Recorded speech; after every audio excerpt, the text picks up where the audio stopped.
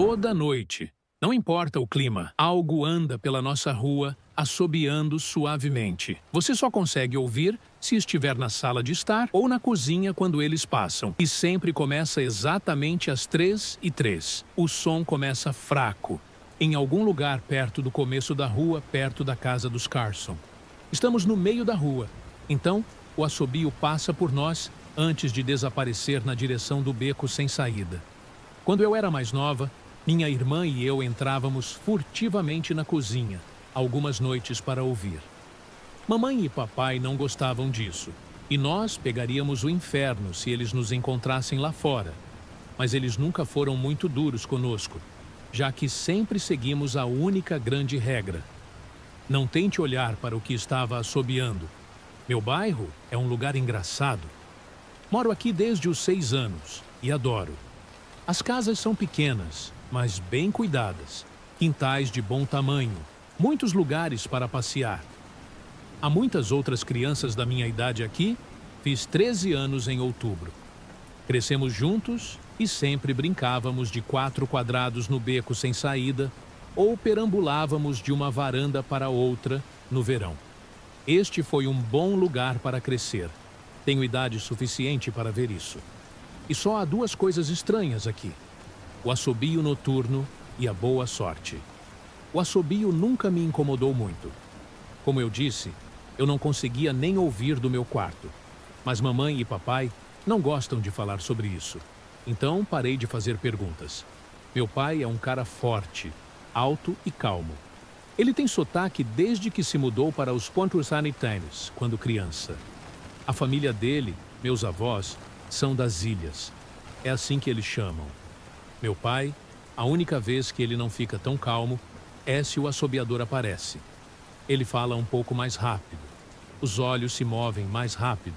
E ele nos diz para não pensar tanto nisso e sempre lembrar da única regra, a grande regra: não tente olhar para fora quando o assobiador passar.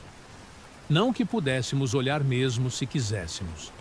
Veja, há persianas na parte interna de cada janela, pedaços grossos de lona pesada que descem do topo e travam na parte inferior da moldura da janela.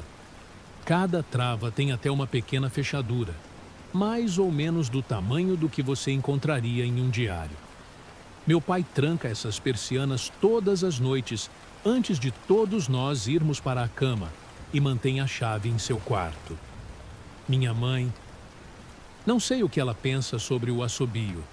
Eu já a vi na sala de estar antes, às 3h03, quando o som começa. Eu poderia vê-la se abrisse minha porta só um pouco para espiar. Ela não está lá fora com frequência. Pelo menos eu não a peguei muito. Mas 1 ou 2 vezes por mês, eu acho que ela senta lá fora, no nosso grande sofá vermelho, só ouvindo. O assobiador tem a mesma melodia toda noite. É alegre. Sim, sim, sim, sim, sim, sim, sim, sim. Lembra que eu disse que há 2 coisas estranhas sobre onde eu moro? Bem, além do nosso assobiador noturno, todos na minha vizinhança são muito sortudos. É difícil explicar, e papai também não gosta muito que falemos sobre essa parte. Mas coisas boas parecem acontecer com as pessoas por aqui. Geralmente são coisas pequenas: ganhar um concurso de rádio, ou conseguir uma promoção inesperada no trabalho, ou encontrar algumas pontas de flecha enterradas no quintal. Você sabe, do tipo autêntico. O clima é muito bom, não há crimes, e os jardins de todos florescem ainda mais brilhantes no outono. 1 milhão de pequenas bênçãos. Ouvi minha mãe dizer sobre morar aqui. Mas a principal razão pela qual ficamos aqui, por que nos mudamos para cá em primeiro lugar, é minha irmã Nola. Ela nasceu muito doente, algo com os pulmões. Não podíamos nem trazê-la para casa quando ela nasceu, só visitá-la no hospital. Ela era tão pequena, eu me lembro. Pequena até mesmo em comparação com os outros bebês. Uma máquina tinha que respirar por ela. Nós nos mudamos para nossa casa aqui, para ficar mais perto do hospital. Assim que nos mudamos para cá, Nola começou a melhorar. Os médicos não conseguiam descobrir. Eles atribuíam isso ao que quer que estivessem fazendo, mas todos nós podíamos dizer que eles estavam confusos. Mas meus pais sabiam, até eu sabia, que Nola melhorar era apenas mais uma das milhões de pequenas bênçãos que recebemos por viver em nossa vizinhança. Então é por isso que ficamos mesmo depois de descobrirmos que, para cada pequeno milagre que acontece aqui todos os dias, de vez em quando, algumas coisas ruins acontecem. Mas elas só acontecem se você procurar o assobiador. Veja, nossa vizinhança tem um comitê de boas-vindas. Eles aparecem com uma caçarola de macarrão, uma cesta de presentes e uma pasta de papel pardo sempre que alguém novo se muda. Eles são muito amigáveis. 4 pessoas apareceram quando nos mudamos há 7 anos. O comitê conversou um pouco, me deu uma barra de Snickers e se revezaram para segurar Nola. Era sua primeira semana fora do hospital, então eles foram extremamente cuidadosos. Então, o comitê pediu para falar com meus pais em particular. Então, fui mandado para meu quarto, onde ainda consegui ouvir quase todas as palavras.